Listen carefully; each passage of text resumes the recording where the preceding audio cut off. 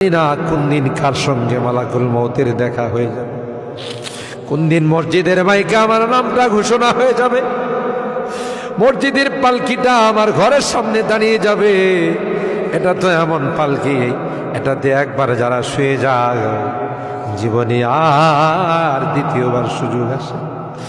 দুনিয়ার মানুষ নিষ্ঠুরের মতো আমাকে গোসল করাবে, আতর গোলাপ দিয়া সাজাবে,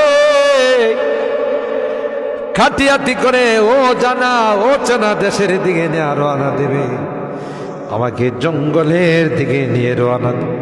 আমি চলে যাব, আর কোনো দিন আসব না। আল্লাহ ওই মুহূর্তটা আসার পূর্বে নেককার বানাই দিও আল্লাহ, পরহেজগার বানাই দিও, কলমাওয়ালা বানায়া দুনিয়া থেকে নিও আল্লাহ। আমি যদিও গুনাহগার, মুসাফিরের দোয়া নাকি তোমার কাছে কবুল।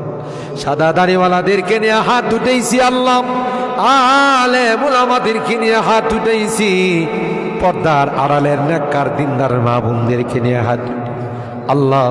যাদের হাতখানা পছন্দ হয় সেই হাতের ওসিলায় আমাদের দোয়াগুলো কবুল করে নাও।